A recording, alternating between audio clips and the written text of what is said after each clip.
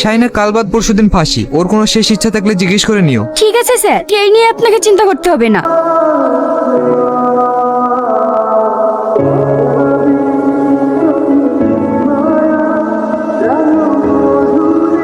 তুমি তো সবই জানো, কাল বাদ পরশুদিন তোমার ফাঁসি। তোমার কোনো শেষ ইচ্ছা থাকলে বলতে পারো। আমি আর কিছুই বলবো না। এই বললে তো হয় না, তুমি বলো তোমার শেষ ইচ্ছাটা কি? আমার শেষ ইচ্ছা আপনি পূরণ করতে পারবেন না। তুমি বলোই না, তারপরে আমি দেখছি।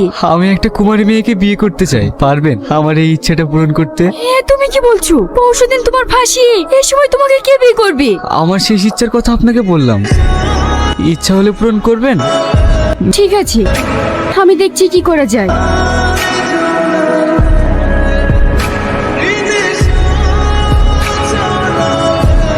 এটা অসম্ভব চাওয়া স্যার, এটা কখনো হয়? চুপ করো তোমরা। একটা ফাঁসির কয়েদি নিজের শেষ ইচ্ছা প্রকাশ করেছে, সেটা পূরণ করার দায়িত্ব আমাদের। চারিদিকে প্রচার করিয়ে দাও। আপনারা কোথায় যাচ্ছেন? আমি কয়েদি শাহিনকে বিয়ে করার জন্য এসেছি। ও, আপনারা এখানে দাঁড়ান, আমি আসছি।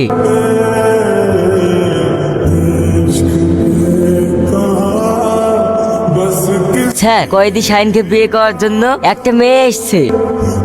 ওকে ভিতরে পাঠিয়ে দাও। এইবার আসুন।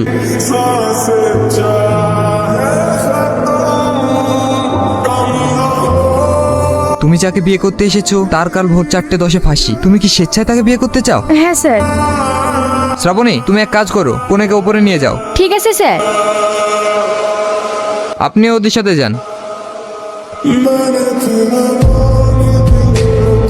আলহামদুলিল্লাহ, কবুল করিলাম। আলহামদুলিল্লাহ, সবাই হাত তুলে দোয়া করুন। এই ঘর আজ তোমাদের জন্য। যাও। শাহিন, আমি 2:30-এ তোমাকে নিতে আসবো। কি হলো? কয়দি কই? কি হলো? কথা বলছো না কেন? ও পালিয়ে গেছে। পালিয়ে গেছে মানে? স্যার, স্যার, এই দেখুন, কয়দি পালিয়ে গেছে। পালালো কি করে? আমি ওকে পালাতে সাহায্য করেছি। এসব কাজ তুমি কেন করলে? আমি চাই না একটা নির্দোষ মানুষের ফাঁসি হোক। নির্দোষ মানে? আজকে শাহিন খুন করেনি, খুন করেছি আমি। দরকার হলে আমাকে ফাঁসি দেন। তাহলে শুনুন স্যার,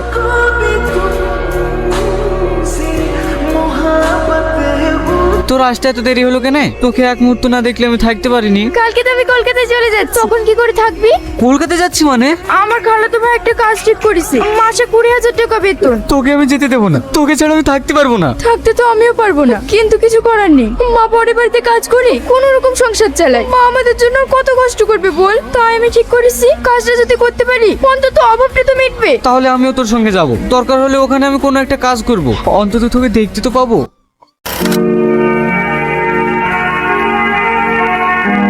আসো সালমা, আসো। আমি তো তোমার জন্য অপেক্ষা করছি। সম্রাটের একটা চয়েস আছে, যা বলেছে একদম সেম। পাপড়িগুলো একবারে জড়ো হয়ে আছে। এসব আপনি কি বলছেন? বুঝতে পারছো না? কাছে এসো। আমাকে যে বলে গার্মেন্টস এর কাজ দেবে। প্রথমে তো ওটাই বলা হয়, তা না হলে তো পাখির এখানে আসতেই চায় না। আমি বাড়ি যাব, আমি কোনো কাজ করব না। ও অত ছটফট করলে হয়? আসো, কাছে আসো। খবরদার আসবেন না, আসবেন না বলছি, আসবেন না।